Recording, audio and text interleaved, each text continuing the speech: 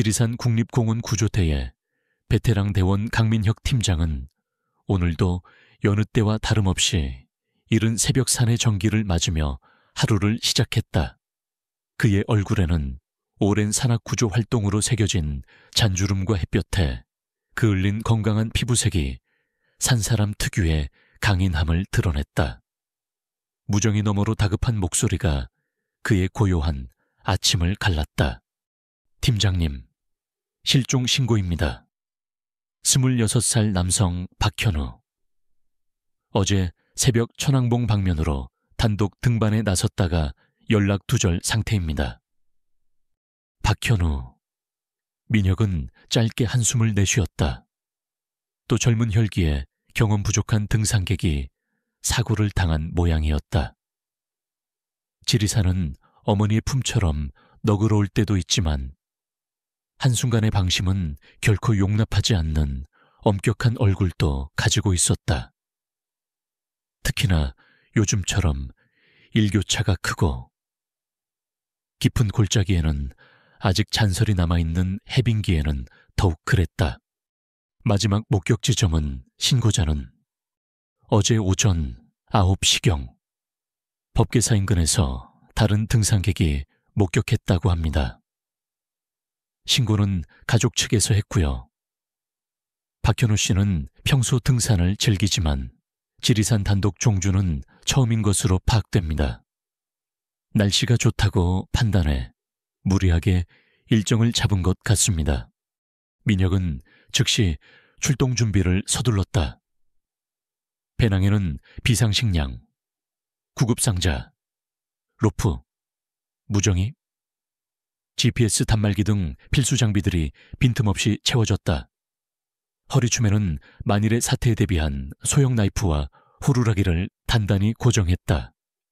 맹수 출몰이 잦은 곳은 아니었지만 산에서는 어떤 일이 벌어질지 아무도 예측할 수 없었다. 김대원, 박대원, 나와 함께 수색조 편성한다. 나머지 대원들은 본부 대기 및 후방 지원, 간결한 지시와 함께 민혁은 2명의 젊은 대원과 함께 구조 차량에 올랐다. 법계사로 향하는 길, 차창 밖으로 펼쳐지는 지리산의 웅장한 산세가 평소와 달리 어딘가 스산하게 느껴졌다.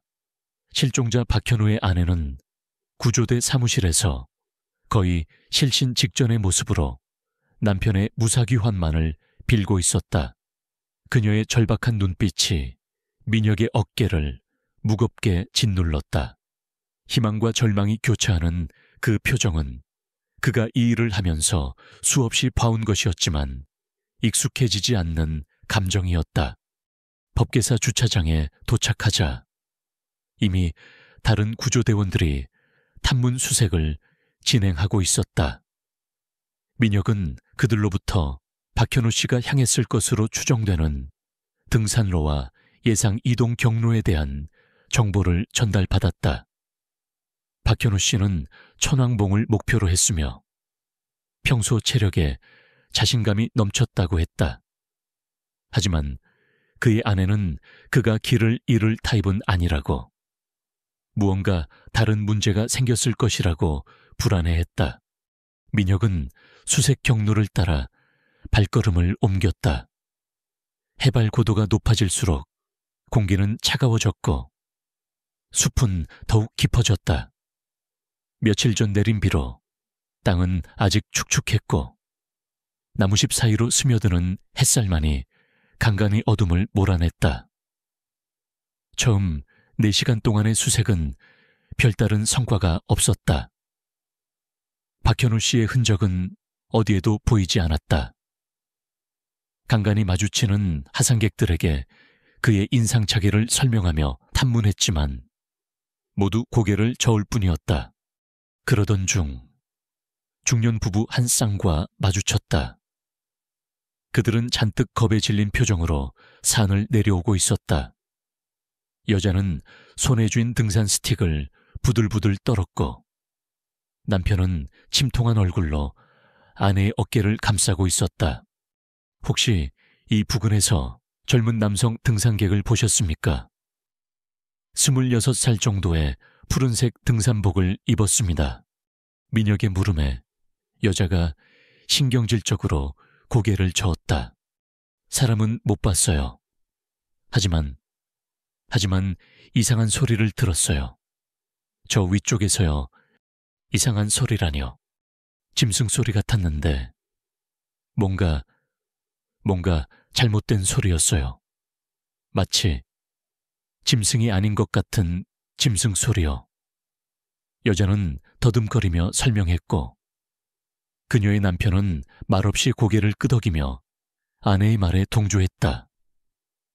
딱히 더 구체적인 설명은 하지 못했지만 그들의 얼굴에 떠오른 공포는 진실돼 보였다. 민혁은 일단 그들의 말을 마음에 담아두었다. 도시 사람들은 종종 너무 깊은 침묵 속에서 존재하지 않는 소리를 듣기도 하니까 과민 반응일 수도 있었다. 하지만 찜찜한 기분은 가시지 않았다.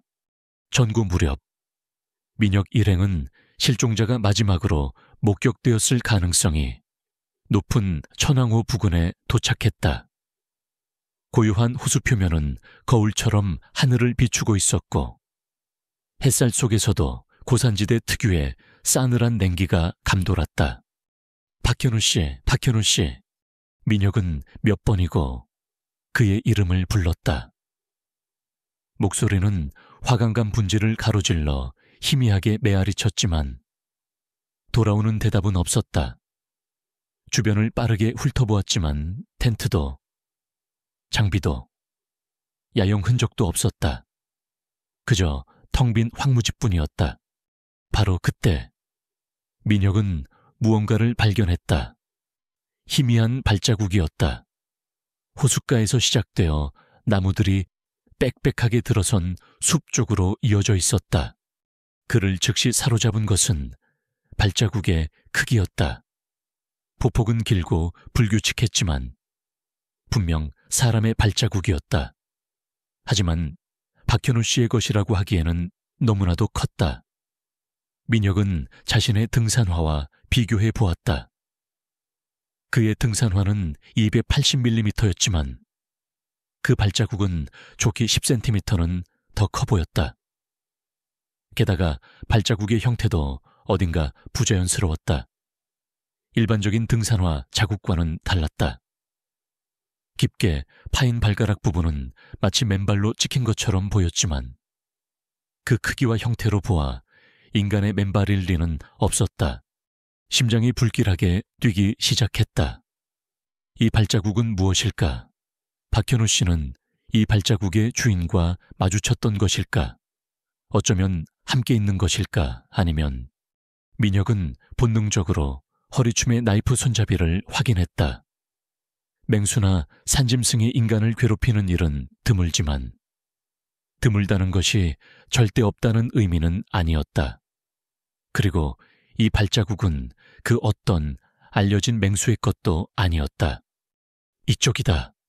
민혁은 낮은 목소리로 대원들에게 지시하며 거대한 발자국을 따라 조심스럽게 발걸음을 옮겼다. 숲은 점점 더 깊어졌고 햇빛조차 제대로 들지 않는 음침한 기운이 감돌기 시작했다. 아까 만났던 부부가 말했던 잘못된 짐승 소리가 귓가에 맴도는 듯했다. 고요 속의 균열은 점점 더 커지고 있었다. 거대한 발자국은 그들을 지리산의 더 깊숙한 심장부로 이끌었다. 사람의 발길이 거의 닿지 않은 듯한 원시림 속으로 접어들자 등산로는 희미해지다 못해 거의 사라졌다. 쓰러진 고목들이 길을 막았고 발목까지 차오르는 축축한 낙엽은 걸음을 옮길 때마다 질척이는 소리를 냈다. 햇빛은 나무잎에 가려 조각조각 부서져 내렸고 숲 전체에는 낮인데도 불구하고 어스름한 그림자가 짙게 드리워져 있었다. 강민혁 팀장은 선두에서 신중하게 길을 살피며 나아갔다. 그의 경험 많은 눈은 작은 단서 하나도 놓치지 않으려 애썼지만 그 거대한 발자국 외에는 실종자 박현우 씨의 흔적은 전혀 발견되지 않았다. 오히려 이상한 점은 그 발자국이 나타난 이후로 다른 모든 동물의 흔적조차 사라졌다는 것이었다. 새소리도, 작은 짐승들이 덤불 속에서 바스락거리는 소리도 들리지 않았다. 마치 숲 전체가 숨을 죽이고 있는 듯한 부자연스러운 침묵이었다. 팀장님, 이 발자국 정말 사람 발자국이 맞을까요? 뒤따르던 젊은 김대원이 불안한 목소리로 물었다. 그의 얼굴에는 긴장감이 역력했다. 박대원 역시 침묵했지만 그의 눈빛도 흔들리고 있었다. 민혁은 잠시 걸음을 멈췄다. 나도 확신할 수 없네. 하지만 분명한 건 박현우 씨가 마지막으로 목격된 지점에서 이 발자국이 시작됐다는 거야. 그리고 이 발자국이 향하는 곳으로 가보는 수밖에 없어. 그의 목소리는 침착했지만 민혁 자신도 마음속 깊은 곳에서부터 스멀스멀 피어오르는 불길한 예감을 떨쳐낼 수 없었다. 수십 년간 이 산을 오르내렸지만 이런 기분은 처음이었다. 마치 미지의 영역에 발을 들여놓은 듯한 원초적인 불안감이었다. 그는 평소에는 미신이나 설화 따위는 믿지 않았지만 오래전부터 지리산에 전해져 내려오는 기이한 이야기들이 머릿속을 스쳐 지나갔다. 산의 정령이니 밤에만 나타나는 괴물이니 하는 것들. 평소라면 코웃음 쳤을 이야기들이었다. 얼마나 더 깊이 들어갔을까. 숲은 점점 더 음침해졌고 나무들은 마치 하늘을 가리려는 듯 더욱 빽빽하게 우거졌다. 발자국은 경사가 급한 오르막길로 이어졌고 그들은 숨을 헐떡이며 바위와 나무 뿌리를 붙잡고 기어오르다시피 했다. 그때 김대원이 나지막이 외쳤다. 저기, 그들이 도달한 곳은 작은 공터였다. 누군가 임시로 머물렀던 흔적이 남아있었다. 가운데에는 불을 피웠던 것처럼 돌 몇 개가 원형으로 놓여 있었지만 불씨는 이미 오래전에 꺼져 차갑게 식어 있었다. 그리고 그 옆에는 민혁은 눈살을 좁혔다. 찢어진 천 조각이었다.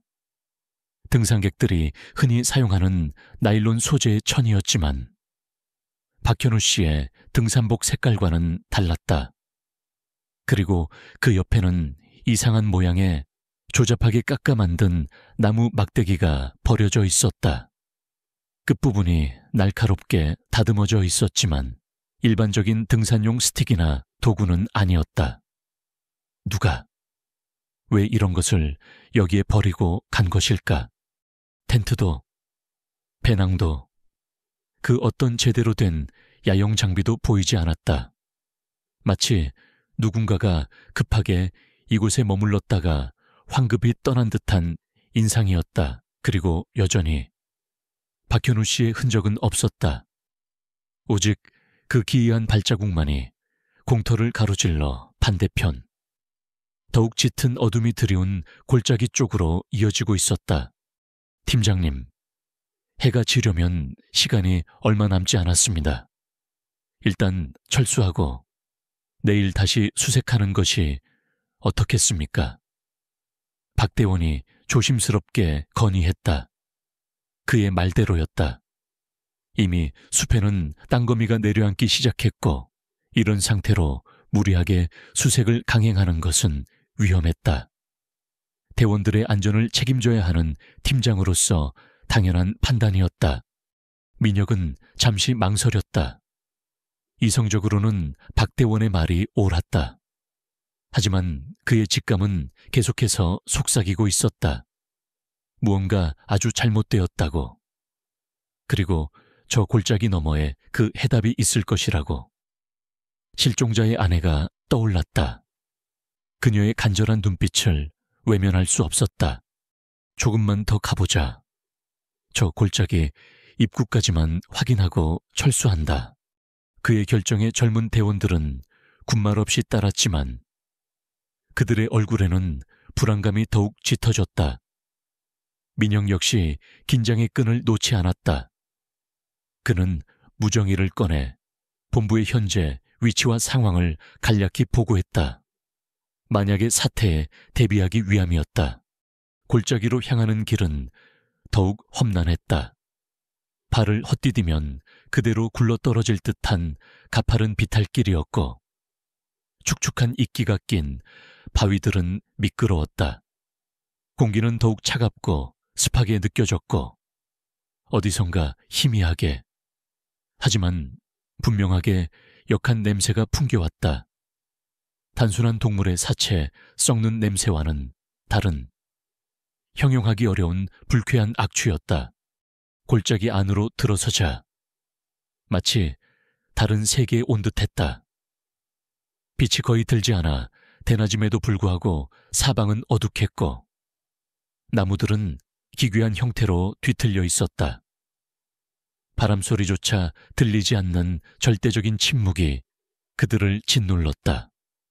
발밑에서 나뭇가지가 부러지는 소리만이 유일하게 그 침묵을 깼다. 그리고 그들이 그것을 들은 것은 바로 그때였다. 처음에는 아주 희미하게, 마치 땅속 깊은 곳에서부터 울려 퍼지는 듯한 소리였다. 둔탁하고 규칙적인 소리. 쿵, 쿵, 쿵. 무슨 소리지? 김대원이 속삭이듯 물었다. 민혁은 손을 들어 대원들을 제지했다. 그리고 귀를 기울였다. 소리는 점점 더 가까워지고 있었다. 그것은 기계음도 아니었고 일반적인 동물의 소리도 아니었다. 유기적인 소리였지만 어딘가 이질적이고 섬뜩한 느낌을 주는 소리였다. 오래전 할머니가 들려주었던 지리산 깊은 곳에 산다는 그것에 대한 이야기가 섬광처럼 뇌리를 스쳤다. 하지만 그는 고개를 저어 미신적인 생각을 떨쳐내려 애썼다. 콩, 콩, 콩. 소리는 이제 바로 앞에서 들리는 듯했다. 짙은 안개처럼 음습한 기운이 골짜기 전체를 감쌌다. 민혁은 본능적으로 허리춤의 나이프를 움켜쥐었다. 그의 온 신경이 곤두섰다. 심장이 거세게 방망이 질쳤다. 어둠이 짙게 깔린 골짜기 저편, 나뭇가지들이 기괴하게 얽힌 곳에서 무언가가 천천히, 아주 천천히 움직이는 것이 희미하게 보였다. 너무 어둡고 거리가 있어 정확한 형태는 알 수 없었지만 그것이 내뿜는 불길한 기운만은 선명하게 느껴졌다. 민혁은 숨을 죽였다. 이제 곧 그들은 정체 모를 그것과 마주하게 될 터였다. 깊어지는 그림자는 그들 바로 눈앞까지 다가와 있었다. 콩, 콩, 콩. 둔탁한 소리는 바로 코앞에서 멈췄다. 골짜기를 가득 채웠던 음습한 기운은 더욱 농밀해져 숨 막힐 듯한 압박감으로 다가왔다. 강민혁 팀장과 두 대원은 마치 시간이 멈춘 것처럼 그 자리에 얼어붙었다. 땀방울이 민혁의 관자놀이를 타고 흘러내렸지만 그는 미동조차 할 수 없었다. 저 멀리 어둠이 가장 깊게 들이운 곳에서 꿈틀거리던 형체가 조금 더 윤곽을 드러냈다. 여전히 흐릿했지만 그것이 인간의 형상이 아님은 분명했다. 비정상적으로 길쭉한 팔다리, 구부정한 자세, 그리고 무엇보다 인간이라고는 도저히 생각할 수 없는 거대한 덩치였다. 민혁은 손짓으로 대원들에게 최대한 몸을 낮추고 움직이지 말라는 신호를 보냈다. 섣불리 자극했다가는 어떤 참혹한 결과가 닥칠지 알 수 없었다. 김대원과 박대원은 이미 사색이 되어 민혁의 등 뒤에 바짝 붙어 있었다. 그들의 거친 숨소리가 정적 속에서 유난히 크게 들렸다. 그때 그것이 다시 한번 소리를 냈다. 이번에는 둔탁한 소리가 아니었다. 낮게 으르렁거리는 소리, 혹은 목구멍 깊은 곳에서부터 끌어올리는 듯한 그르렁거림이었다. 그 소리에는 명백한 위협과 경고가 담겨 있었다. 그리고 마치 그들의 존재를 알아차리기라도 한 듯 그것의 머리처럼 보이는 부분이 천천히 그들이 숨어있는 방향으로 움직였다. 숨막히는 대치가 이어졌다. 민혁의 머릿속은 빠르게 회전했다. 이대로 숨어있을 것인가? 아니면 조용히 후퇴할 것인가? 혹은 최악의 경우 맞서 싸워야 하는가? 하지만 저 정체 모를 괴물과 맨몸으로 싸운다는 것은 자살 행위나 다름없었다. 지금 가장 중요한 것은 대원들의 안전이었다. 바로 그 순간 기적처럼 그것이 방향을 틀었다. 마치 다른 것에 정신이 팔린 듯, 혹은 그들의 존재를 대수롭지 않게 여긴 듯 그것은 다시 어둠 속으로 천천히 사라졌다. 육중한 몸체가 움직일 때마다 나뭇가지가 부러지고 땅이 울리는 듯한 소리가 희미하게 들려왔다. 그것이 완전히 시야에서 사라지자 민혁은 그제야 참았던 숨을 몰아쉬었다. 대원들 역시 긴장이 풀린 듯 다리가 후들거리는 것을 애써 감추고 있었다. 일단 박현우 씨를 찾아야 한다. 민혁은 낮은 목소리로 말했다. 그의 목소리는 미세하게 떨리고 있었다. 저 괴물이 사라진 지금이 기회일지도 몰라. 그들은 아까 그것이 마지막으로 서성이던 곳, 그리고 둔탁한 소리가 가장 크게 들렸던 방향으로 조심스럽게 발걸음을 옮겼다. 심장은 여전히 미친 듯이 뛰었지만 실종자를 찾아야 한다는 사명감이 공포를 억누르고 있었다. 얼마 지나지 않아 그들은 마침내 박현우 씨를 발견했다. 참혹한 모습이었다. 그는 커다란 바위 옆에 힘없이 쓰러져 있었다. 푸른색 등산복은 갈기갈기 찢겨 있었고 온몸은 피로 물들어 검붉게 변해 있었다. 민혁은 차마 눈을 뜨고 보기 힘들 정도의 광경에 입술을 깨물었다. 그의 목은 기괴할 정도로 뒤틀려 있었고 마치 거대한 맹수에게 물어뜯긴 것처럼 목덜미 부분은 형체를 알아볼 수 없을 만큼 훼손되어 있었다. 가슴팍 역시 깊고 날카로운 상처들로 가득했다. 하지만 가장 충격적인 것은 그의 발이었다. 등산화는 온데간데 없이 사라져 있었고 그의 두 발목은 부자연스러운 각도로 꺾여 있었다. 마치 누군가가 의도적으로 그의 자세를 그렇게 만들어 놓은 것처럼 보였다. 단순한 짐승의 공격이라고 하기에는 너무나도 기괴하고 잔혹한 현장이었다. 맙소사. 김대원은 토할 것 같은 표정으로 고개를 돌렸다. 박대원 역시 충격에 말을 잃었다. 민혁은 침착함을 유지하려 애쓰며 현장을 살폈다. 주변에는 격렬한 몸싸움의 흔적은 보이지 않았다. 박현우 씨는 저항할 새도 없이 순식간에 당한 듯했다. 그는 무정이를 꺼내 본부의 이 끔찍한 사실을 보고하려 했다.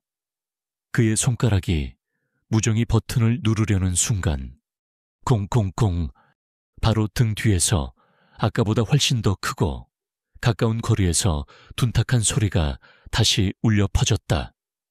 그리고 그 소리와 함께 지독한 악취가 코를 찔렀다. 민혁과 대원들은 반사적으로 뒤를 돌아보았다. 그리고 그들은 얼어붙었다. 그것이 바로 거기에 있었다. 불과 10여 미터 떨어진 거리에서 그들을 내려다보고 있었다. 이번에는 그 형체를 좀 더 자세히 볼 수 있었다. 키는 좋기 디미터 50cm는 넘어 보였고 온몸은 진흙과 나무잎으로 뒤엉킨 짙은 갈색 털로 뒤덮여 있었다.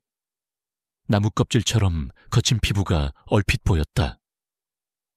팔은 비정상적으로 길어 거의 땅에 끌릴 정도였고 손가락 끝에는 날카롭고 검은 발톱이 번뜩였다. 새의 다리처럼 뒤로 꺾인 기괴한 다리는 그 거대한 몸집을 위태롭게 지탱하고 있었다. 하지만 가장 끔찍한 것은 얼굴이었다. 얼굴이라고 부를 만한 것이 없었다. 있어야 할 자리는 털과 우둘투둘한 뼈만으로 이루어진 듯했고 그 중앙에는 마치 찢어진 듯한 검은 구멍만이 존재했다. 그것이 그들을 발견하자 찢어진 구멍에서부터 섬뜩한 소리가 터져 나왔다. 포효도, 울음소리도 아니었다. 마치 수많은 이빨이 부딪히며 갈리는 듯한 신경을 긁는 쇳소리였다. 그 소리에 민혁은 온몸의 털이 곤두서는 것을 느꼈다. 그리고 다음 순간 그것이 그들을 향해 돌진했다. 피해 민혁은 고함을 지르며 본능적으로 대원들을 옆으로 밀쳐냈다. 그것의 움직임은 그 거대한 몸집이라고는 믿기지 않을 정도로 빨랐다. 민혁은 허리춤에서 신호탄 발사기를 꺼내 하늘을 향해 쏘아 올릴 생각이었지만 그럴 시간조차 없었다. 김대원이 미처 피하지 못하고 그것의 길고 날카로운 발톱에 팔을 스쳤다. 그 악비명과 함께 김대원의 팔에서 피가 솟구쳤다. 김대원, 민혁은 이성을 잃고 괴성을 지르며 괴물에게 달려들려 했지만 박대원이 그의 팔을 잡아챘다. 팀장님, 안 됩니다. 도망쳐야 합니다. 정신을 차린 민혁은 후퇴를 결심했다. 이대로는 전멸이었다. 그는 부상당한 김대원을 부축하려 했지만 김대원은 공포에 질려 이미 반대편으로 비틀거리며 달아나고 있었다. 따라와 민혁은 박대원에게 소리치고 김대원이 달아난 방향으로 몸을 날렸다. 등 뒤에서는 그것의 섬뜩한 추격음과 함께 나뭇가지가 부러지고 돌멩이가 굴러떨어지는 소리가 요란하게 들려왔다. 그들은 미친 듯이 골짜기를 빠져나왔다. 가파른 비탈길에서 몇 번이나 넘어질 뻔했지만 살아야 한다는 본능만이 그들을 움직였다. 나뭇가지에 얼굴이 긁히고 옷이 찢겼지만 그런 것을 신경 쓸 겨를조차 없었다. 마침내 그들이 골짜기 입구, 조금 전까지만 해도 햇살이 비추던 곳으로 뛰쳐나왔을 때 해는 이미 서산 너머로 거의 모습을 감추고 있었다. 숲은 순식간에 어둠에 잠식당하고 있었다. 김대원은 겁에 질려 숲의 다른 쪽으로 사라진 후였고 민혁과 박대원만이 헐떡이며 서로를 부축했다. 박대원은 다행히 큰 부상은 없었지만 공포로 인해 거의 탈진 상태였다. 민혁은 떨리는 손으로 무정이를 꺼냈다. 그의 목소리는 갈라지고 있었다. 본부 강민혁이다. 실종자 박현우. 사망 확인. 그리고 정체불명의 거대. 생물체 조우대원 1명. 부상 지원 바란다. 반복한다. 지원 바란다. 무정이에서는 치직거리는 잡음만이 흘러나올 뿐 본부의 응답은 없었다. 깊은 산속, 빠르게 내려앉는 어둠 속에서 그들은 완전히 고립된 것이었다. 그리고 저 어둠 어딘가에는 그 끔찍한 괴물이 아직도 그들을 노리고 있을 터였다. 공포는 이제 실체가 되어 그들의 숨통을 조여오고 있었다. 골짜기를 빠져나온 강민혁 팀장과 박대원은 잠시 숨을 골랐지만 공포는 여전히 그들의 심장을 옥죄고 있었다. 해는 이미 지평선 아래로 완전히 모습을 감췄고 숲은 칠흑 같은 어둠에 잠겨 있었다. 박대원은 거의 혼이 나간 사람처럼 넋을 놓고 있었고 민혁은 그런 그를 다독이며 정신을 차리게 해야 했다. 박대원, 정신 차리게 이대로 있으면 우리 둘 다 위험해. 민혁의 다그침에 박대원은 간신히 고개를 끄덕였지만 그의 눈동자는 여전히 공포로 가득 차 있었다. 김대원은요? 김대원은 어떻게 합니까? 박대원이 떨리는 목소리로 물었다. 민혁의 마음도 무거웠다. 김대원은 팔에 부상을 입은 채 공포에 질려 반대 방향으로 달아났다. 이 어둠 속에서 그 끔찍한 괴물이 배회하고 있을지도 모르는 숲에서 그를 찾는다는 것은 거의 불가능에 가까웠다. 하지만 포기할 수는 없었다. 일단 안전한 곳을 찾아야 하네. 그리고 날이 밝는 대로 김대원을 수색할 거야. 민혁은 최대한 침착하게 말했다. 그는 주변을 둘러보았다. 이대로 노출된 곳에 있다가는 언제 다시 괴물의 습격을 받을지 몰랐다. 그의 경험 많은 눈이 어둠 속에서 피신처를 찾기 시작했다. 다행히 그리 멀지 않은 곳에 작은 바위 틈이 보였다.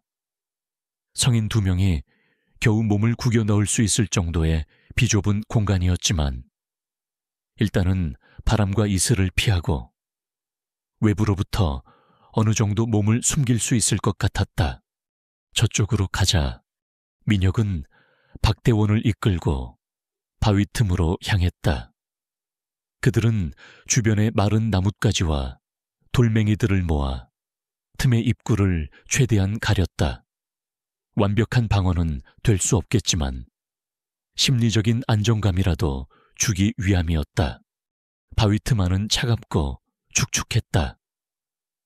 두 사람은 서로의 어깨에 기댄 채 불안한 밤을 맞이했다. 숲의 정적은 그 자체로 공포였다. 가끔 멀리서 정체 모를 동물의 울음소리가 들려왔지만 그것마저도 평소와는 다르게 기괴하고 섬뜩하게 느껴졌다.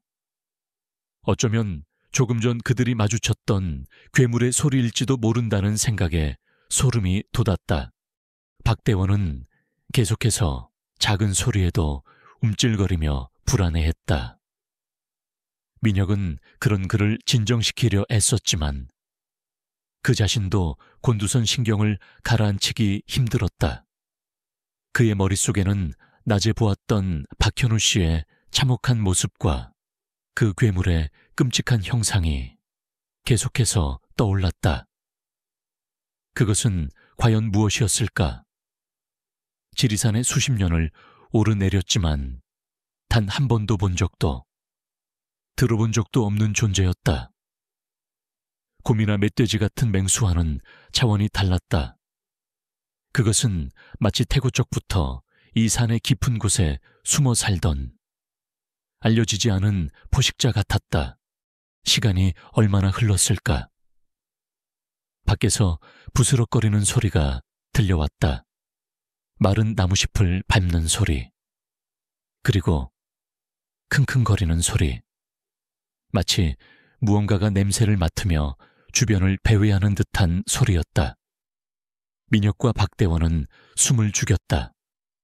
심장 박동 소리가 귀에 들릴 정도로 긴장된 순간이었다. 소리는 점점 더 가까워졌다. 그들이 숨어있는 바위 틈, 바로 앞까지 다가온 듯했다. 그리고 거칠고 뜨거운 숨결이 바위 틈 사이로 새어 들어오는 것 같았다. 박대원은 공포에 질려 민혁의 팔을 부들부들 떨며 붙잡았다. 민혁은 그의 입을 막고 최대한 소리를 내지 말라는 신호를 보냈다.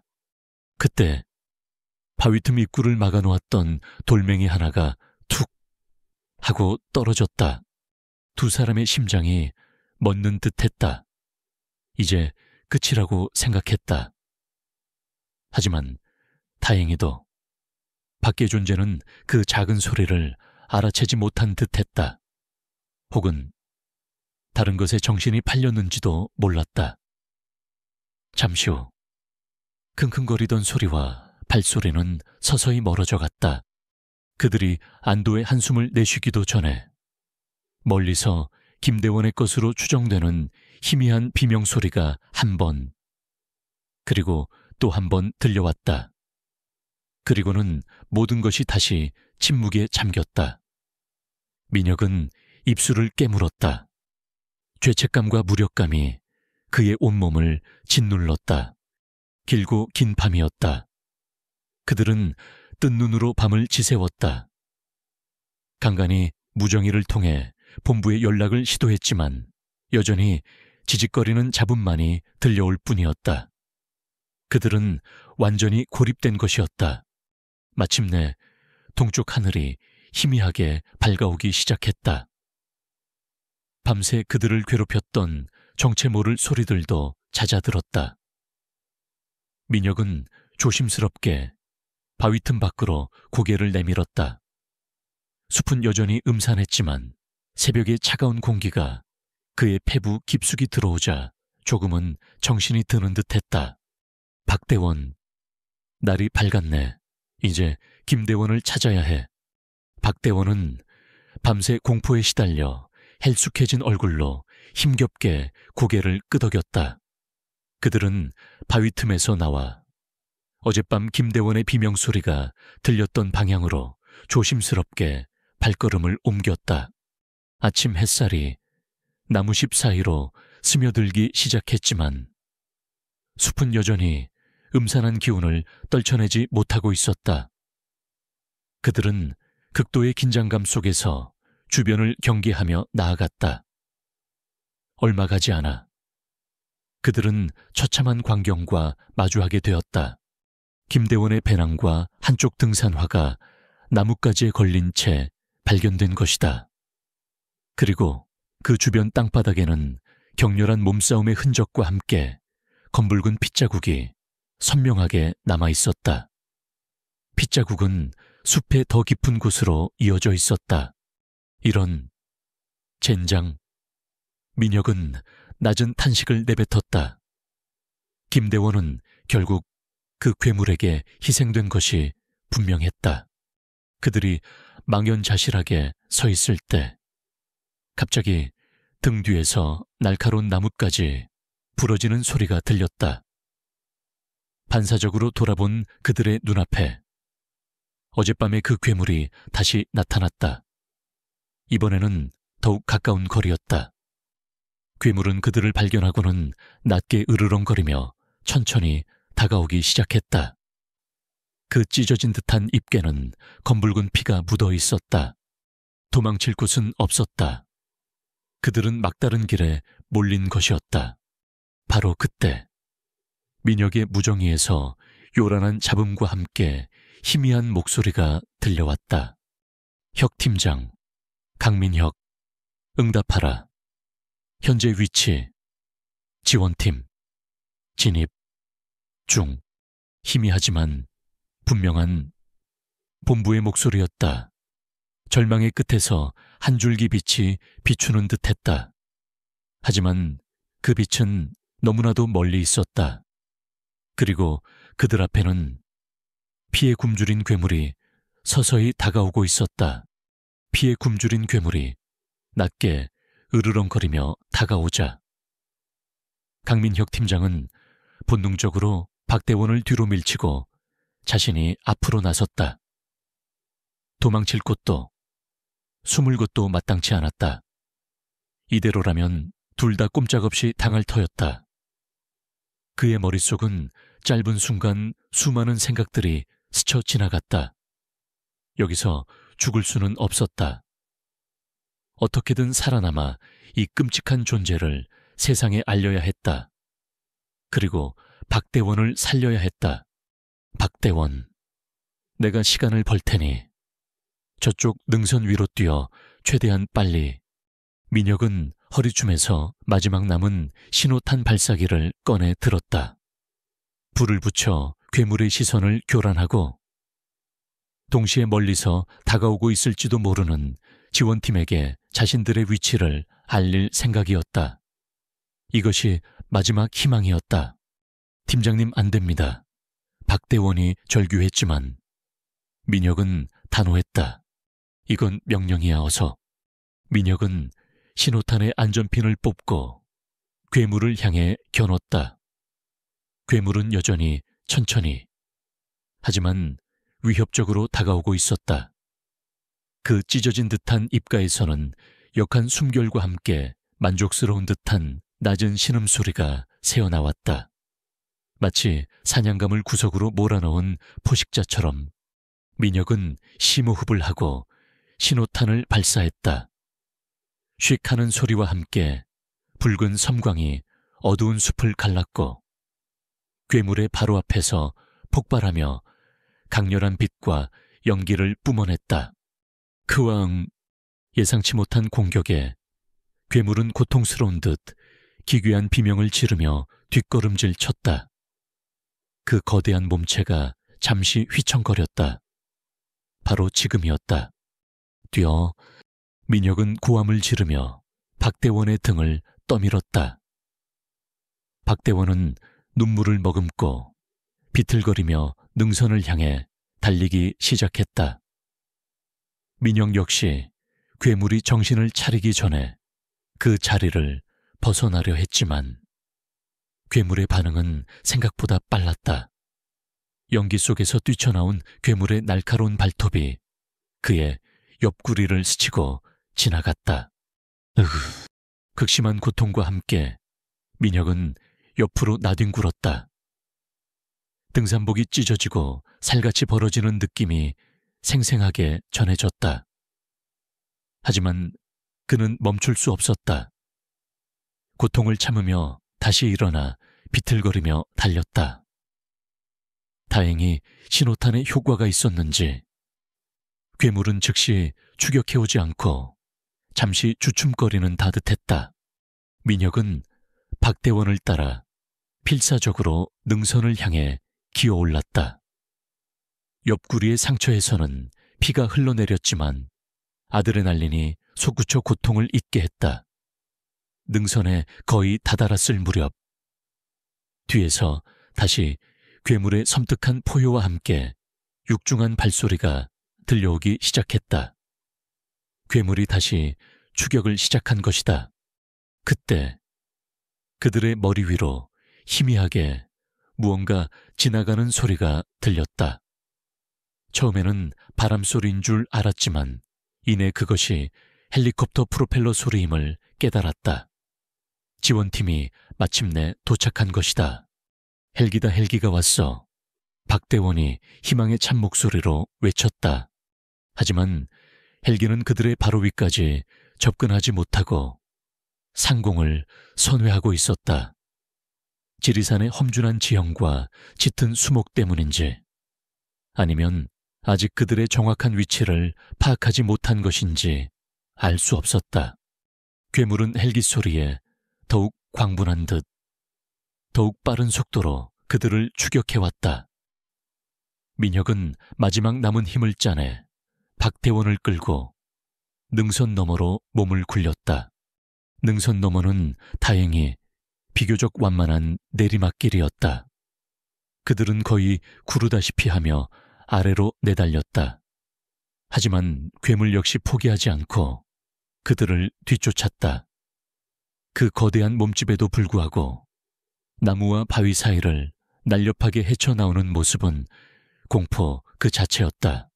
얼마나 달렸을까? 그들은 작은 계곡과 마주쳤다. 물은 거의 말라 있었지만 바닥에는 날카로운 돌들이 가득했다. 건너편으로 건너갈 수 있는 유일한 방법은 쓰러진 고목 하나를 밟고 지나가는 것뿐이었다. 민혁은 박대원을 먼저 보내고 자신이 뒤를 따랐다. 박대원이 위태롭게 고목을 거의 다 건넜을 무렵 괴물이 마침내 계곡 입구에 모습을 드러냈다. 그리고 그 순간 민혁의 무정이에서 다시 한번 요란한 잡음과 함께 목소리가 터져 나왔다. 강 팀장, 강민혁 팀장. 들리는가? 헬기에서 열감지기로 2명의 생체 신호 확인. 현재 그쪽으로 지상팀 접근 중이다. 5분만 버텨라. 본부 상황실장의 다급한 목소리였다. 5분. 그들에게는 영원처럼 느껴지는 시간이었다. 민혁은 박대원에게 빨리 건너가라고 소리치고 자신은 고목 중간에 멈춰서서 괴물을 마주 보았다. 더 이상 도망칠 곳도 도망칠 힘도 남아있지 않았다.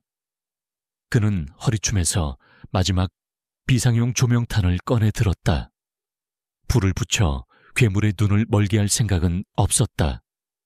그저 아주 잠깐이라도 시간을 벌 수 있다면. 괴물은 그르렁거리며 고목을 향해 천천히 다가오기 시작했다. 그 기괴한 얼굴에는 마치 조롱하는 듯한 미소마저 떠오른 것 같았다. 민혁은 조명탄을 괴물의 얼굴을 향해 던지려던 자세, 그대로 굳어버렸다. 괴물의 뒤쪽. 그들이 방금 빠져나온 숲속에서 여러 개의 손전등 불빛과 함께 사람들의 외침소리가 들려왔기 때문이었다. 팀장님, 강 팀장님. 익숙한 목소리. 지원팀이었다. 마침내 그들이 도착한 것이다. 괴물은 갑작스러운 인기척과 불빛에 잠시 당황한 듯 고개를 돌려 지원팀이 나타난 방향을 쏘아보았다. 그 순간 민혁은 기회를 놓치지 않았다. 지금이다, 박대원. 엎드려. 민혁은 고함을 지르며 박대원을 밀치고 자신도 고목 아래 계곡 바닥으로 몸을 날렸다. 동시에 지원팀 쪽에서 여러 발의 총성이 밤의 정적을 갈랐다. 일반적인 사냥총 소리가 아니었다. 훨씬 더 강력한 군용 화기에서나 들릴 법한 굉음이었다. 그와 괴물은 고통스러운 비명을 지르며 육중한 몸을 휘청거렸다. 총알 몇 발이 괴물의 몸에 명중한 듯 검붉은 피가 분수처럼 솟구쳤다. 하지만 괴물은 쓰러지지 않았다. 오히려 더욱 광분하여 지원팀을 향해 돌진하려 했다. 바로 그때 또 다른 총성이 울려 퍼졌다.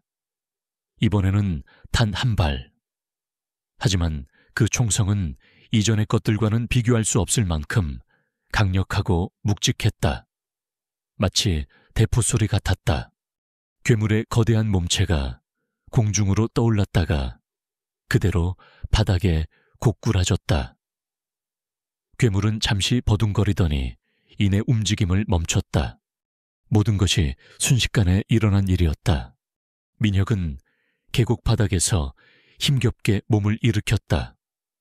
옆구리의 상처에서는 여전히 피가 흘러나오고 있었지만 그는 고통을 느낄 겨를도 없었다.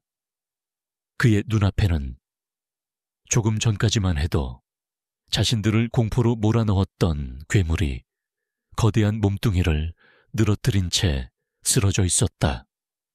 그리고 그 너머로 중무장한 지원팀 대원들이 조심스럽게 다가오고 있었다. 그들 중 한 명, 가장 선두에 선 중년의 남자가 민혁을 향해 걸어왔다. 그의 손에는 일반적인 소총과는 다른 육중한 저격용 라이플이 들려 있었다. 그의 눈빛은 차갑고 냉정했다. 강민혁 팀장. 무사해서 다행이군. 남자가 낮은 목소리로 말했다. 그의 어깨에는 국립공원 구조대의 마크가 아닌 다른 생소한 부대의 휘장이 붙어 있었다. 민혁은 그제야 깨달았다. 이것은 단순한 산악 조난 사건이 아니었다. 그리고 저 괴물은 그가 평생 동안 마주했던 그 어떤 위험과도 다른 존재였다. 지리산의 깊은 어둠 속에는 그들이 상상조차 할 수 없었던 비밀이 숨겨져 있었던 것이다. 강민혁 팀장은 마치 악몽에서 깨어난 사람처럼 한동안 멍하니 그 자리에 서 있었다. 눈앞에는 거대한 몸뚱이를 늘어뜨린 채 쓰러진 괴물과 그 주변을 일사불란하게 움직이는 낯선 복장의 대원들이 있었다. 박 대원은 이미 정신을 놓은 듯 계곡 바닥에 주저앉아 넋나간 표정으로 허공만 응시하고 있었다. 강민혁 팀장님, 괜찮으십니까? 민혁을 향해 걸어왔던 스스로를 최태준 사령관이라고 밝힌 중년의 남자가 물었다. 그의 목소리는 낮고 차분했지만 어딘지 모르게 위압감이 느껴졌다. 그의 대원들은 괴물의 사체를 능숙하게 처리하기 시작했다. 사진을 찍고 혈액과 조직 샘플을 채취하고 크기를 측정하는 모습이 마치 잘 훈련된 연구팀 같았다. 일반적인 군인이나 구조대원의 모습과는 거리가 멀었다. 저것은 대체 무엇입니까? 어떻게 알고 오신 겁니까? 민혁은 떨리는 목소리로 물었다. 그의 옆구리에서는 여전히 피가 배어 나왔지만 그는 고통보다 더 큰 혼란과 의문에 휩싸여 있었다. 최 사령관은 민혁의 질문에 즉답을 피한 채 그의 상처를 힐끗 살폈다. 일단 치료부터 받으셔야겠습니다. 이쪽으로.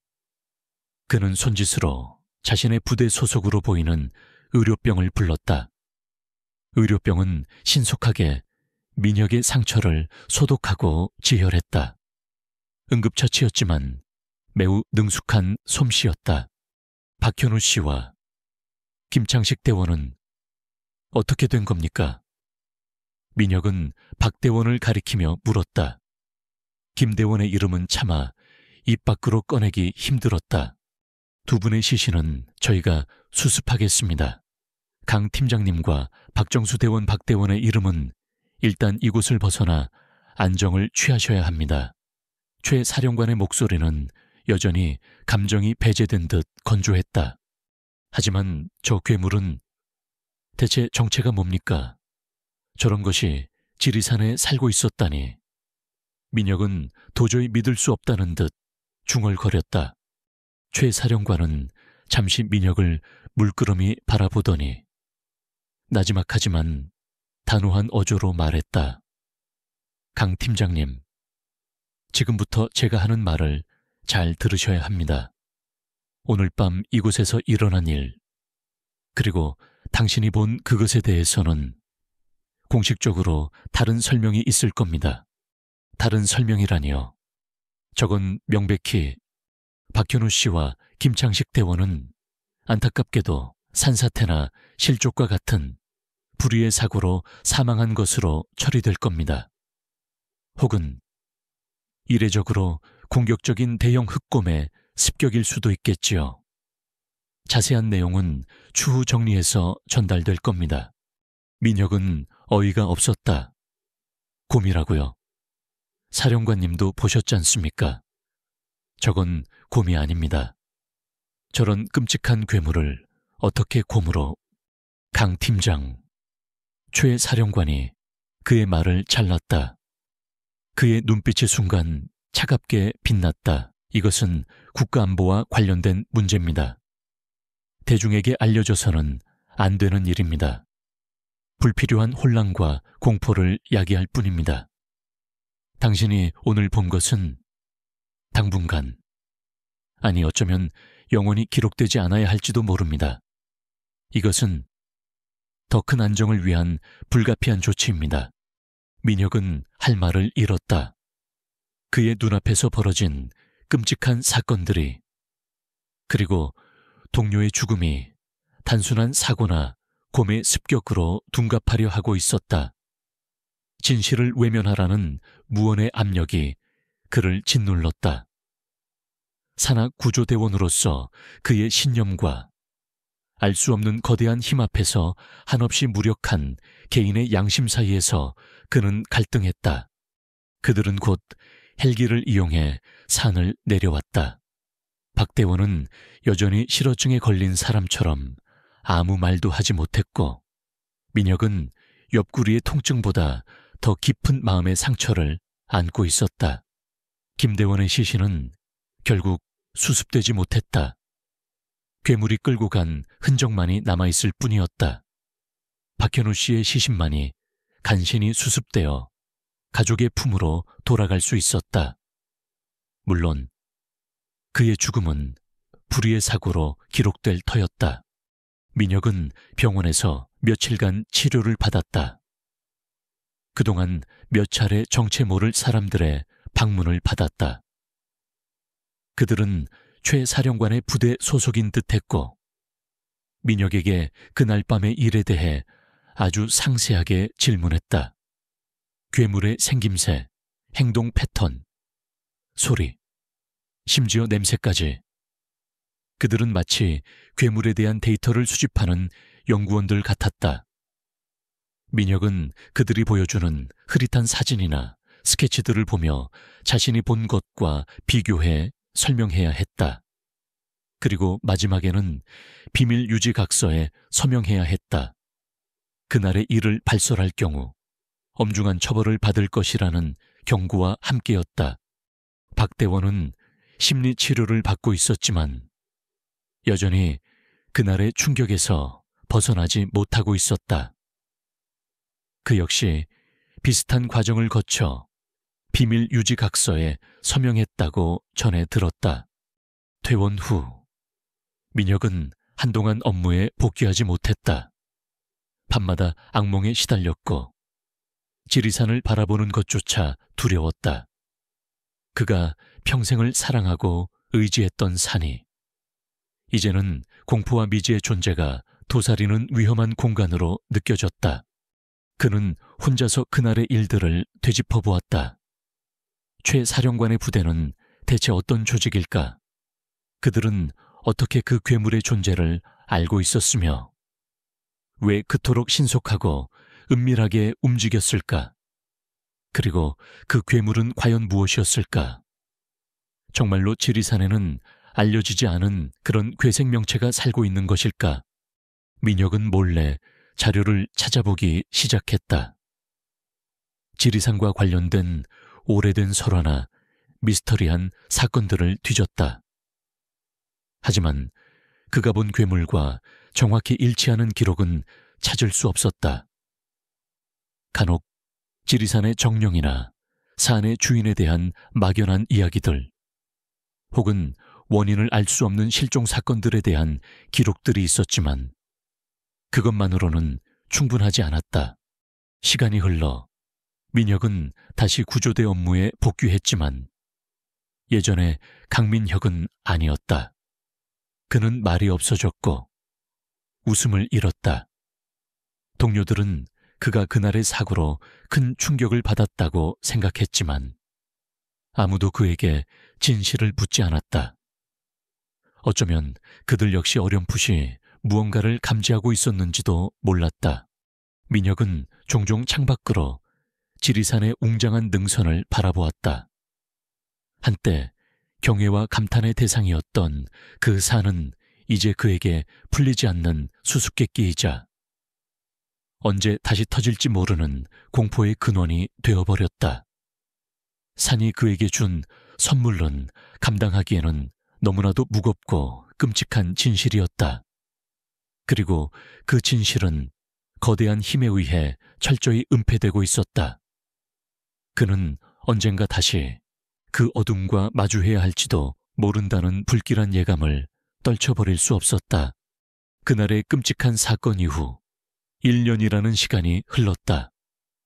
강민혁 팀장의 옆구리, 상처는 오래전에 아물었지만 마음속 깊이 새겨진 공포와 의문은 흐릿해지기는커녕 오히려 시간이 지날수록 더욱 선명해지는 듯했다.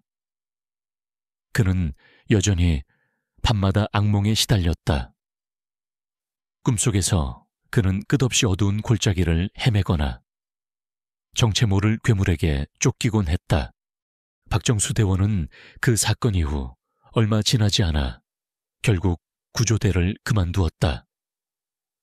그날의 충격이 너무나도 컸던 탓이다. 민혁은 그를 말리지 못했다. 어쩌면 그것이 그를 위한 최선의 선택이었을지도 모른다. 민혁 자신도 수없이 사직서를 품에 넣었다. 빼기를 반복했지만 차마 그럴 수는 없었다. 지리산은 그에게 공포의 대상이 되었지만 동시에 평생을 바쳐온 삶의 터전이기도 했다. 그리고 무엇보다 그는 알아야 했다. 그날 자신들이 마주쳤던 괴물의 정체를, 그리고 그 모든 것을 은폐하려 했던 검은 손의 실체를. 그는 예전처럼 웃지 않았고 말수도 현저히 줄었다. 동료들은 그가 큰 사고 후유증을 앓고 있다고 수군거렸지만 누구도 감히 그에게 직접적으로 묻지는 못했다. 그는 여전히 지리산 구조대의 팀장이었고 그의 능력과 경험은 여전히 팀에 절대적으로 필요했다. 다만 그는 그날의 사건이 있었던 천왕호 부근으로는 가급적 수색 경로를 잡지 않았다. 그러던 어느 늦가을 또다시 실종 신고가 접수되었다. 이번에는 서울에서 단풍 구경을 온 중년 부부였다. 그들은 비교적 안전하다고 알려진 중산리 코스를 따라 등반에 나섰다가 남편이 잠시 사진을 찍는 사이 아내가 사라졌다는 것이었다. 날씨는 쾌청했고 등산로 역시 정비가 잘 된 곳이었다. 단순길 이름 사고일 가능성이 높아 보였다.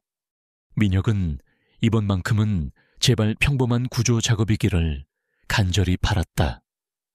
그는 새로운 젊은 대원 2명과 함께 수색에 나섰다. 그의 신경은 평소보다 몇 배는 더 날카롭게 곤두서 있었다.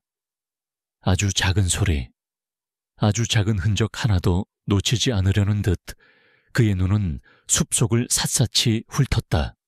수색 초반에는 별다른 특이점이 발견되지 않았다.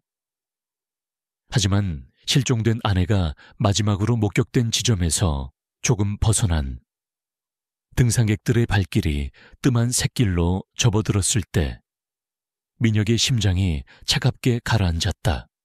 땅바닥에 찍힌 거대한 발자국, 1년 전 그를 공포로 몰아넣었던 바로 그 발자국과 너무나도 흡사했다. 크기, 형태, 그리고 주변에 다른 동물 흔적이 전혀 없다는 점까지. 설마 또다시 팀장님, 이 발자국. 젊은 대원 중 한 명이 의아한 표정으로 물었다. 그는 아직 그 발자국이 의미하는 공포를 알지 못했다. 민혁은 아무 말도 할 수 없었다. 그는 애써 태어난 척하며 주변을 살폈다. 그리고 얼마 지나지 않아 그의 불길한 예감은 현실이 되었다. 근처 바위 틈에서 처참하게 찢겨 죽은 고라니 사체가 발견된 것이다. 일반적인 맹수의 소행이라고 보기에는 너무나도 잔혹하고 기괴한 모습이었다. 마치 분풀이라도 하듯 사지를 비틀어 놓은 형상이었다. 가슴속 깊은 곳에서부터 잊고 싶었던 공포가 되살아났다. 민혁은 입술을 깨물었다.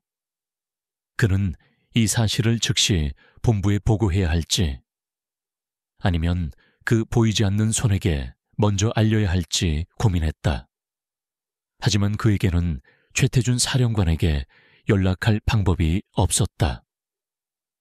그날 이후 그들은 어떤 연락처도 남기지 않고 사라졌기 때문이다. 일단 실종자 수색에 집중한다. 민혁은 겨우 목소리를 쥐어짰다. 하지만 그의 마음은 이미 다른 곳을 향하고 있었다. 그는 이 끔찍한 존재가 다시 활동을 시작했음을 직감했다. 그리고 이번에는 또 다른 희생자가 나오기 전에 어떻게든 막아야 했다. 그는 비밀 유지 각서를 떠올렸다. 그날의 일을 발설하면 엄중한 처벌을 받을 것이라는 경고. 하지만 지금 그의 눈앞에는 또 다른 비극이 예고되고 있었다. 그는 갈등했다. 자신의 안위와 잠재적 희생자들의 생명 사이에서 결국 그는 위험을 무릅쓰기로 결심했다. 그는 젊은 대원들에게는 이 주변에 매우 공격적인 맹수가 나타난 것 같으니 각별히 주의하고 절대 단독 행동하지 말라 고 경고하는 한편 몰래 개인 휴대폰을 꺼내 과거 자신이 알고 지내던 지금은 은퇴한 정보기관의 선배에게 연락을 취했다. 그는 그 선배라면 그들에 대해 무언가 알고 있거나 최소한 연결고리를 찾아줄 수 있을지도 모른다고 생각했다. 선배님, 저 강민혁입니다. 지리산에서 1년 전 그때와 비슷한 일이 또 벌어진 것 같습니다. 수화기 너머로 잠시 침묵이 흘렀다. 그리고 이내 낮고 신중한 목소리가 들려왔다. 강 팀장, 자네 지금 무슨 말을 하는 건지 알고 있나? 그 일은 이미 끝난 일이야. 끝나지 않았습니다. 선배님, 제가 봤습니다. 똑같은 흔적을요. 이번에는 막아야 합니다. 또다시 침묵. 그리고 선배는 깊은 한숨과 함께 말했다. 알겠네. 하지만 명심하게. 자네는 지금 아주 위험한 선을 넘고 있는 걸지도 몰라. 내가 알아보고 다시 연락하지. 그때까지 절대 무리한 행동은 하지 말게. 그리고 아무에게도 이 통화에 대해 말하지 말게. 전화를 끄는 민혁은 잠시 안도했지만 이내 더 큰 불안감에 휩싸였다. 자신이 과연 옳은 선택을 한 것인지 확신할 수 없었다. 그들은 실종된 아내의 흔적을 따라 계속해서 숲속 깊은 곳으로 들어갔다. 하지만 그들이 발견한 것은 아내의 것으로 보이는 스카프 한 조각과 그 주변에 어지럽게 찍혀있는 거대한 발자국뿐이었다. 그리고 그 발자국은 마치 그들을 유인하듯 1년 전 그 끔찍한 골짜기와 비슷한 지형으로 이어지고 있었다. 민혁은 직감했다. 이것은 단순한 실종 사건이 아니었다. 어쩌면 그 괴물은 혹은 그들은 자신을 시험하고 있는 것인지도 몰랐다. 자신이 과연 침묵을 지킬 것인지 아니면 다시 한번 그 금단의 영역에 발을 들여놓을 것인지. 해가 저물기 시작했고 숲에는 다시 한번 불길한 어둠이 드리워졌다. 젊은 대원들은 불안감을 감추지 못했지만 민혁은 오히려 냉정해졌다. 그는 결심했다. 이번에는 도망치지 않겠다고. 어떻게든 진실을 밝혀내고 이 비극의 고리를 끊겠다고. 그때 그의 휴대폰이 짧게 진동했다. 발신자 표시 제한. 익숙한 느낌이었다. 여보세요. 강민혁 팀장인가? 수화기 너머로 들려오는 목소리는 1년 전과 똑같은 감정 없는 최태준 사령관의 목소리였다. 우리는 이미 상황을 파악하고 있다. 당신의 임무는 거기까지다. 즉시 팀을 철수시키고 모든 상황을 관할 경찰서에 인계하도록. 그리고 명심해라. 더 이상 이 일에 관여하지 마. 이것이 마지막 경고다. 전화는 일방적으로 끊겼다. 민혁은 차갑게 식은 휴대폰을 움켜쥐었다. 마지막 경고. 그들의 보이지 않는 손은 여전히 모든 것을 지켜보고 있었던 것이다. 하지만 이번에는 민혁 역시 물러설 생각이 없었다. 그의 마음속에는 이미 위험한 결의가 싹트고 있었다. 최태준 사령관의 싸늘한 경고는 강민혁 팀장의 귓게 차갑게 울렸지만 그의 결심을 꺾지는 못했다. 오히려 그의 마음속 깊은 곳에 숨겨져 있던 반항심과 정의감을 더욱 자극할 뿐이었다. 그는 이대로 물러설 수 없었다. 또 다른 희생자가 나오는 것을 방관할 수 없었고, 무엇보다 그 끔찍한 존재의 정체와 그 배후에 숨겨진 진실을 밝혀내야만 했다. 민혁은 젊은 대원들에게는 본부의 지시다. 일단 철수하고 상황을 경찰에 인계한다. 나는 혹시 모를 실종자의 추가 흔적을 확인하고 뒤따라가겠다. 라고 둘러댔다. 대원들은 그의 지시에 의아해했지만 팀장의 단호한 표정 앞에서 더 이상 이의를 제기하지 못했다. 그들은 공식 무정의를 가지고 하산했고 민혁은 홀로 남아 다시 어둠이 내리기 시작하는 숲으로 발걸음을 옮겼다. 그는 개인적으로 소지하고 있던 소형 위성 전화기를 꺼내 들었다. 1년 전 그 사건 이후 만일을 대비해 몰래 준비해둔 것이었다. 그는 실종된 여성과 괴물의 발자국이 마지막으로 향했던 1년 전 그 끔찍한 골짜기와 유사한 지형으로 향했다. 이제 그는 공식적인 구조대원이 아니었다. 누구의 보호도 지원도 받을 수 없는 고독한 추적자일 뿐이었다. 그의 모든 감각은 극도로 예민해져 있었다. 작은 나무잎 바스락거리는 소리, 바람의 방향, 흙냄새의 미세한 변화까지도 놓치지 않으려 애썼다. 얼마나 시간이 흘렀을까. 그의 위성 전화기가 짧게 진동했다. 발신자는 일전에 연락했던 정보기관의 은퇴한 선배였다. 강 팀장. 나네, 자네가 말한 건 보통 일이 아니야. 내가 알아본 바로는 그들은 정부 내에서도 극소수만 아는 특수 조직이더군. 공식 명칭은 국가비상위협관리국이라고 하지만 비공식적으로는 그림자 부대라고 불리는 모양이야. 자네가 마주쳤던 것과 같은 변칙적 생물학적 위협을 전문적으로 처리하는 곳이지. 민혁은 숨을 죽이고 선배의 말에 귀를 기울였다. 몇 년 전부터 국내외 외딴 지역에서 비슷한 사건들이 간헐적으로 보고되었지만 모두 철저히 은폐되었네. 그 생물체들의 정체나 기원은 아직 명확히 밝혀지지 않았어. 고대부터 존재해온 미확인 생물이라는 설도 있고 어떤 끔찍한 실험의 부산물이라는 흉흉한 소문도 돌더군. 확실한 건 그들은 매우 위험하고 그 존재 자체가 1급 비밀이라는 거야. 선배의 목소리는 점점 더 낮고 심각해졌다. 강 팀장, 이건 내 진심 어린 충고인데 더 이상 깊이 파고들지 말게. 자네 목숨이 위험해질 수 있어. 그 생물체들 뿐만 아니라 그걸 숨기려는 그들에게도 자네는 제거 대상이 될 수 있단 말일세. 전화가 끊기고 민혁은 깊은 생각에 잠겼다. 변칙적, 생물학적 위협. 선배의 말은 그가 어렴풋이 짐작했던 것들을 확인시켜 주었다. 그리고 동시에 더 큰 의문과 공포를 안겨주었다. 그는 다시 발걸음을 옮겼다. 이제 돌아갈 길은 없었다. 그는 이 모든 것의 실체를 직접 확인해야만 했다. 발자국은 점점 더 험준하고 깊은 계곡 안쪽으로 이어졌다.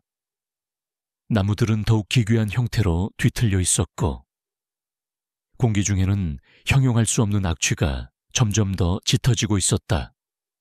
1년 전 맡았던 바로 그 냄새였다. 한참을 나아갔을까.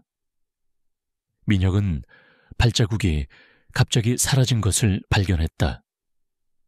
하지만 그 대신 그의 눈앞에는 거대한 바위 틈, 마치 동굴의 입구처럼 보이는 검은 아가리가 나타났다. 악취는 바로 저 안에서부터 흘러나오고 있었다. 민혁은 심호흡을 하고 손전등을 꺼내 들었다. 그리고 천천히, 아주 천천히 동굴 안으로 발을 들여놓았다. 동굴 내부는 축축하고 미끄러웠으며 박쥐 배설물과 곰팡이 냄새가 뒤섞여 역한 기운을 풍겼다. 하지만 그 모든 것을 압도하는 것은 바로 그 괴물의 채취였다. 손전등 불빛이 닿는 곳마다 기괴한 광경이 펼쳐졌다. 동굴벽에는 정체 모를 기호와 그림들이 날카로운 것에 긁힌 듯 새겨져 있었다. 최 사령관의 부대원들이 그토록 관심을 보였던 바로 그 표식들이었다. 그리고 바닥에는 수많은 동물의 뼈들이 어지럽게 널려 있었다. 몇몇 뼈들은 인간의 것처럼 보이기도 했다. 민혁은 공포를 억누르며 계속해서 안으로 들어갔다. 동굴은 생각보다 깊었고 여러 갈래로 나뉘어 있었다. 그는 직감적으로 가장 악취가 심하게 풍겨나오는 통로를 선택했다. 그리고 마침내 그는 그것을 발견했다. 동굴 가장 깊숙한 곳, 넓은 공간 중앙에 실종되었던 중년 여성의 시신이 놓여 있었다. 1년 전 박현우 씨나 김창식 대원처럼 참혹하게 훼손된 모습은 아니었지만 그녀의 얼굴에는 극심한 공포가 그대로 남아 굳어 있었다. 그리고 그녀의 주변에는 민혁은 숨이 멎는 듯했다. 여성의 시신 주변에는 여러 개의 둥지처럼 보이는 것들이 있었다. 마른 나뭇가지와 짐승의 털, 그리고 정체 모를 섬유질로 엮어 만든 듯한 그 둥지들은 크기가 제각각이었고 그중 몇몇은 최근까지 사용된 것처럼 보였다. 이것은 괴물의 서식지인가? 그렇다면 한 마리가 아니었다는 말인가? 민혁이 충격적인 사실에 휩싸여 있을 때 그의 등 뒤에서 차가운 목소리가 들려왔다. 역시 여기까지 오셨군요. 강민혁 팀장. 민혁은 반사적으로 돌아보았다. 동굴 입구. 어둠 속에서 여러 명의 그림자가 천천히 모습을 드러냈다. 그들의 손에는 소음기가 달린 총기들이 들려 있었다. 최태준 사령관과 그의 부대원들이었다. 그들은 마치 유령처럼 소리 없이 민혁의 뒤를 밟아왔던 것이다. 당신들은 어떻게? 최 사령관은 대답 대신 희미한 미소를 지었다. 강 팀장님, 당신의 용기와 정의감은 높이 삽니다. 하지만 때로는 모르는 것이 약일 때도 있지요. 당신은 너무 많은 것을 알아버렸습니다. 그의 말은 명백한 위협이었다. 민혁은 자신이 함정에 빠졌음을 깨달았다. 어쩌면 실종 사건 자체가 그를 이곳으로 유인하기 위한 미끼였을지도 모른다. 실종된 여성은 당신들이, 아니요, 그건 저것들의 소행입니다. 최 사령관은 고갯짓으로 여성의 시신을 가리켰다. 우리는 그저 청소를 하러 온 것뿐입니다. 그리고 불필요한 목격자도 함께 말이죠. 그 순간 동굴 깊은 곳에서부터 낮고 위협적인 그르렁거리는 소리가 울려 퍼졌다. 괴물들이 돌아온 것이다. 최 사령관의 부대원들은 일사불란하게 전투 태세를 갖췄지만 그들의 표정에는 긴장감이 역력했다. 민혁은 절체절명의 위기에 놓였다. 앞에서는 정체 모를 괴물들이, 뒤에서는 그를 제거하려는 그림자 부대가 다가오고 있었다. 그는 과연 이 지옥 같은 동굴에서 살아나갈 수 있을까? 그리고 이 모든 비밀의 실체를 세상에 알릴 수 있을까? 그의 손에는 여전히 작은 위성 전화기가 들려 있었다. 어쩌면 이것이 마지막 기회가 될지도 몰랐다. 동굴 깊숙한 곳에서 울려 퍼지는 괴물의 그르렁거림과 함께 강민혁 팀장의 등 뒤에서는 최태준 사령관과 그의 부대원들이 차가운 총구를 겨누고 있었다. 그야말로 진퇴양난, 절체절명의 위기였다. 그와 마침내 동굴 안쪽 어둠 속에서 괴물 2마리가 모습을 드러냈다. 1년 전 민혁이 마주쳤던 괴물과 흡사했지만 크기가 조금씩 달랐고 한 녀석은 눈 주위에 깊은 흉터가 나 있었다. 그들은 자신들의 영역에 침입한 불청객들을 발견하고는 분노에 찬 포효를 내질렀다. 사격! 최 사령관의 명령과 동시에 그의 부대원들이 괴물들을 향해 일제히 불을 뿜었다. 소음기가 달린 총구에서 섬광이 터져 나왔고 동굴안은 순식간에 총성과 괴물의 비명, 그리고 총알이 바위에 부딪혀 튕겨나가는 파열음으로 가득 찼다. 아수라장이었다. 민혁은 본능적으로 몸을 낮춰 바위 뒤에 숨었다. 총알이 그의 머리 위를 스쳐 지나갔고 괴물의 날카로운 발톱이 그가 방금 전까지 서 있던 자리를 핥히었다. 그는 이 혼란 속에서 어떻게든 살아남을 방법을 찾아야 했다. 괴물들은 예상외로 강력했다. 최 사령관 부대의 특수 화기에도 불구하고 쉽게 쓰러지지 않았다. 오히려 총탄을 맞을수록 더욱 광분하여 달려들었고 그 과정에서 부대원 한 명이 괴물의 공격에 복부가 찢겨 비명과 함께 쓰러졌다. 제기랄 이놈들. 보통이 아니야. 한 부대원이 다급하게 외쳤다. 민혁은 이 혼란이야말로 마지막 기회일지도 모른다고 생각했다.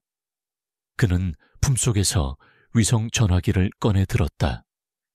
신호가 잡힐 리 만무한 동굴 아니었지만 그는 지푸라기라도 잡는 심정으로 정보기관 선배의 번호를 눌렀다. 제발 단 한 번이라도 연결이 되기를. 여보세요? 선배님, 저 강민혁입니다. 지리산 XX 계곡 안쪽 동굴 괴물들, 그림자 부대, 최태준, 그들이 모든 걸 은폐하려 합니다. 이건 함정, 컥. 민혁이 다급하게 외치는 순간 괴물 한 마리가 그가 숨어있던 바위 쪽으로 돌진해왔고 그는 가까스로 몸을 피했지만 전화기를 떨어뜨리고 말았다. 전화기는 바닥에 나뒹굴며 화면이 깨져나갔다. 통화가 제대로 연결되었는지 선배가 그의 말을 얼마나 들었는지 알 수 없었다. 최 사령관은 민혁의 행동을 놓치지 않았다. 그의 눈빛이 더욱 차갑게 변했다. 강민혁, 내 놈은 끝까지 방해를 하는군. 그는 부에게 눈짓을 보냈고 부대원 2명이 괴물과의 교전 중에도 민혁을 향해 총구를 돌렸다. 이제 민혁은 괴물뿐만 아니라 그림자 부대의 직접적인 표적이 되었다. 전투는 더욱 격렬해졌다. 동굴안은 화약 냄새와 피비린내 그리고 괴물의 역한 채취로 숨쉬기조차 힘들었다. 그러던 중 괴물 한 마리가 부대원들의 집중 사격에 큰 부상을 입고 쓰러졌다. 하지만 남은 한 마리는 더욱 흉포하게 날뛰었고 최 사령관의 부대원들 역시 하나둘씩 부상을 입거나 쓰러져 갔다. 민혁은 이대로 있다가는 꼼짝없이 죽을 것이라고 판단했다. 그는 깨진 전화기를 포기하고 동굴벽에 새겨진 기괴한 표식들을 빠르게 훑어보았다. 어쩌면 저 표식들 속에 이 상황을 타개할 실마리가 있을지도 모른다는 막연한 기대감 때문이었다. 그때 괴물과 교전 중이던 한 부대원의 총탄이 빗나가 동굴 천장의 한 부분을 강타했다. 그러자 갑자기 동굴 전체가 흔들리며 천장에서 바위 조각들이 우수수 떨어져 내리기 시작했다. 그리고 괴물이 포효하던 벽면의 일부가 무너지며 새로운 통로가 드러났다. 이쪽이다. 민혁은 본능적으로 그곳이 탈출구일지도 모른다고 생각했다. 그는 주저없이 새로 생긴 통로를 향해 몸을 날렸다. 강민혁을 잡아 최 사령관의 다급한 외침이 등 뒤에서 들려왔지만 그 역시 살아남은 괴물과 상대하느라 민혁을 직접 추격할 수는 없었다. 부대원 2명이 민혁의 뒤를 쫓아 통로로 들어섰다. 새로운 통로는 이전보다 훨씬 더 좁고 어두웠다. 민혁은 손전등도 없이 오직 벽을 더듬으며 앞으로 나아갔다. 등 뒤에서는 그를 쫓는 부대원들의 거친 숨소리와 발소리가 점점 더 가까워지고 있었다. 얼마나 달렸을까? 통로의 끝에서 희미한 빛이 새어 들어오는 것이 보였다. 출구인가 민혁은 마지막 남은 힘을 다해 빛을 향해 달렸다. 하지만 그를 기다리고 있는 것은 희망이 아니었다. 통로의 끝은 또 다른 동굴 공간과 연결되어 있었지만 그곳은 막다른 곳이었다. 그리고 그의 앞을 가로막고 선 것은 조금 전 쓰러졌던 줄 알았던 눈가에 흉터가 난 괴물이었다. 괴물은 한쪽 다리를 절뚝거리고 있었지만 여전히 위협적인 모습으로 그를 노려보고 있었다. 뒤에서는 그림자 부대원들이, 앞에서는 부상당한 괴물이 그를 가로막고 있었다. 민혁은 완전히 포위된 것이다. 이제 끝인가? 민혁은 허탈한 웃음을 지었다. 그는 품속에서 작은 등산용 나이프를 꺼내 들었다. 마지막 저항이라도 해볼 생각이었다. 괴물이 그르렁거리며 그에게 한 걸음 다가서는 순간 갑자기 동굴 전체가 다시 한번 격렬하게 흔들리기 시작했다. 이번에는 이전보다 훨씬 더 큰 규모의 붕괴였다. 천장에서 거대한 바위들이 떨어져 내렸고 바닥이 갈라지기 시작했다. 젠장 동굴이 무너진다. 뒤쫓아온 부대원 중 한 명이 공포에 질려 외쳤다. 괴물 역시 예상치 못한 상황에 당황한 듯 불안하게 주변을 두리번거렸다. 그리고 그 순간 민혁의 발밑땅이 갑자기 아래로 꺼져 내렸다. 예와, 민혁은 비명과 함께 어둠 속으로 떨어져 내렸다. 그를 덮쳐오는 것은 돌무더기와 흙먼지, 그리고 모든 것을 삼켜버릴 듯한 깊고 차가운 어둠뿐이었다. 희미해져 가는 의식 속에서 그는 마지막으로 깨진 위성 전화기 너머로 들렸던 선배의 목소리를 떠올렸다. 아주 위험한 선, 그의 마지막 희망이었던 통신은 과연 세상에 이 끔찍한 진실의 조각이라도 전달할 수 있었을까? 모든 것이 불확실한 가운데 강민혁은 끝 모를 나락으로 떨어지고 있었다.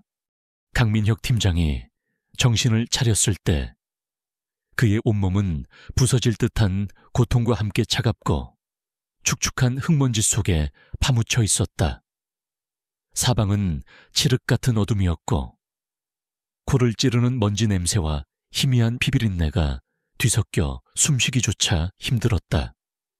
그는 자신이 얼마나 오랫동안 정신을 잃었는지, 그리고 이곳이 과연 어디인지 가늠할 수 없었다.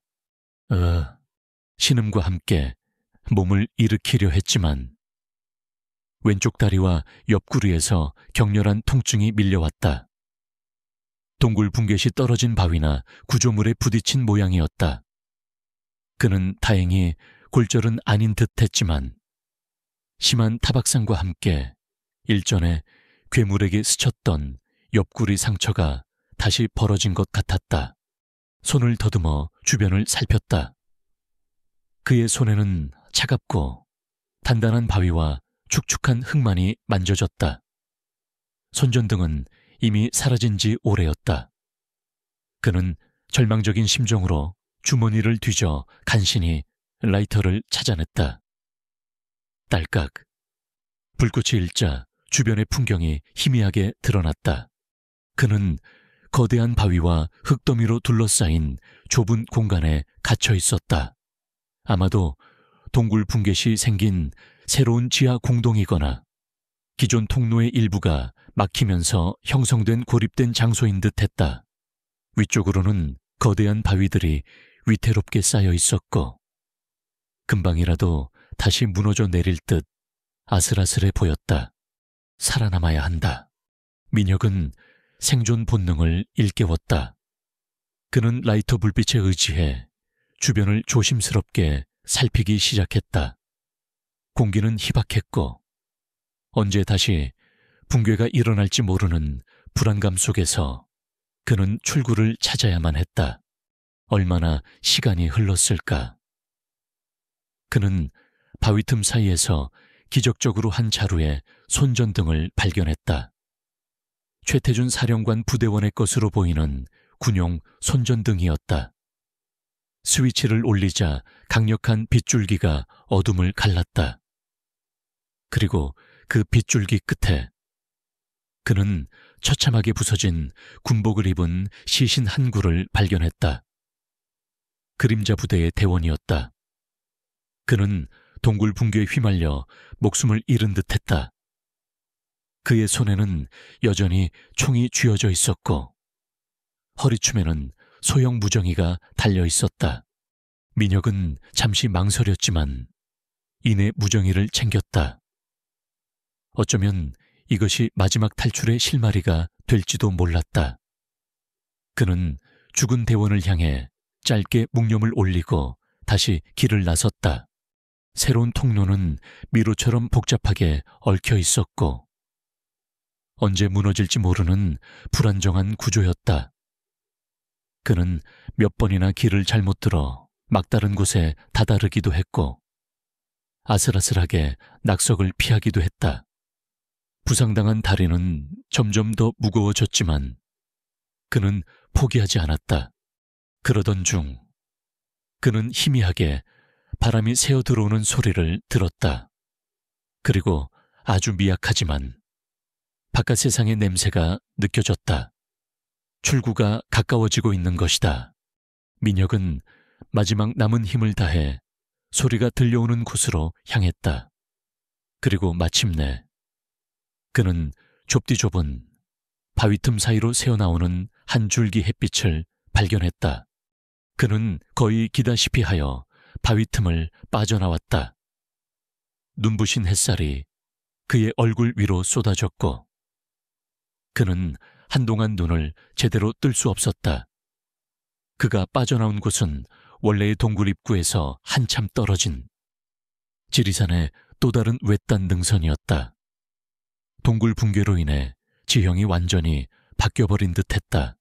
얼마나 시간이 흘렀는지 알 수 없었다.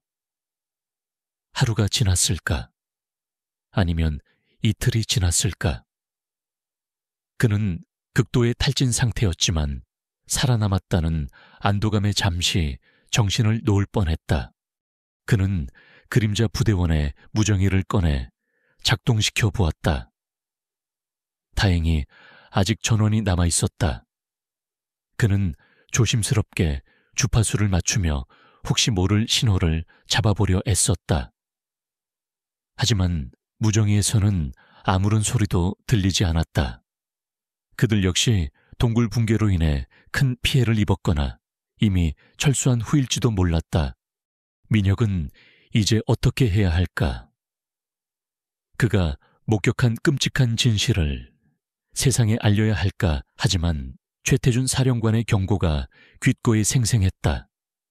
그리고 그에게는 아무런 증거도 없었다. 동굴은 무너졌고 괴물의 사체도 심지어 희생자들의 시신마저도 깊은 땅속에 파묻혀 버렸을 터였다. 그의 말은 그저 정신 나간 구조대원의 헛소리로 치부될 것이 뻔했다. 그때 그의 개인 위성 전화기가 주머니 속에서 희미하게 울렸다. 마지막 남은 배터리가 간신히 신호를 잡은 모양이었다. 발신자는 정보기관의 선배였다. 강 팀장 괜찮은 건가? 자네가 말한 동굴. 그 주변에서 대규모 집안 함몰이 감지됐다는 보고가 들어왔네. 그리고 자네가 말한 그림자 부대가 해당 지역을 완전히 통제하고 민간인 접근을 막고 있다는군. 대체 무슨 일이 있었던 건가? 민혁은 잠시 침묵했다. 그리고 낮은 목소리로 대답했다. 아무 일도 없었습니다. 선배님, 그저 산사고였습니다. 실종자 수색 중 저도 사고를 당했고요. 수화기 너머로 선배의 깊은 한숨소리가 들려왔다. 알겠네. 몸조리 잘하게. 그리고 당분간은 조용히 지내는 게 좋을 거야. 전화가 끊기고 민혁은 지친 몸을 이끌고 천천히 산을 내려가기 시작했다. 며칠 후 그는 한 등산객에 의해 발견되어 구조되었다. 공식적으로 그는 실종자 수색 중 조난당한 구조대원으로 기록되었다.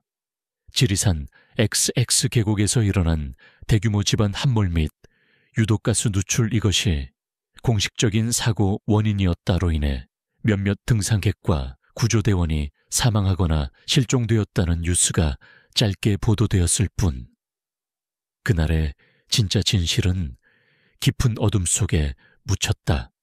최태준 사령관과 그의 부대는 그 이후로 다시 나타나지 않았다.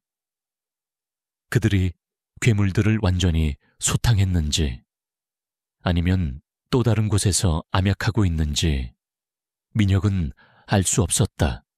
시간이 흘러 강민혁은 다시 지리산 구조대로 복귀했다. 하지만 그의 눈빛은 예전과 달랐다. 그는 여전히 묵묵히 자신의 임무를 수행했지만 그의 마음속에는 누구에게도 말할 수 없는 거대한 비밀과 상처가 자리 잡고 있었다.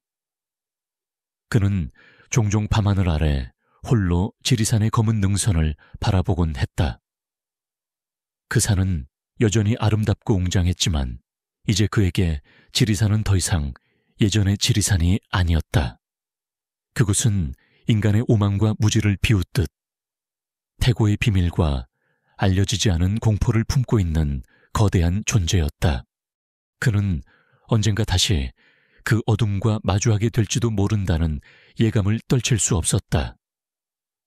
어쩌면 이것은 끝이 아니라 또 다른 시작일지도 몰랐다. 그의 손에는 여전히 그날 주었던 그림자, 부대원의 무정의가 남아 있었다. 지금은 아무런 신호도 잡히지 않았지만 그는 그것을 버리지 않았다. 어쩌면 언젠가 이 무정의가 다시 한번 진실을 향한 목소리를 내줄지도 모른다는 신라 같은 희망 때문이었다. 지리산의 그림자는 그의 마음속에 영원히 끝나지 않은 이야기로 남아 있었다.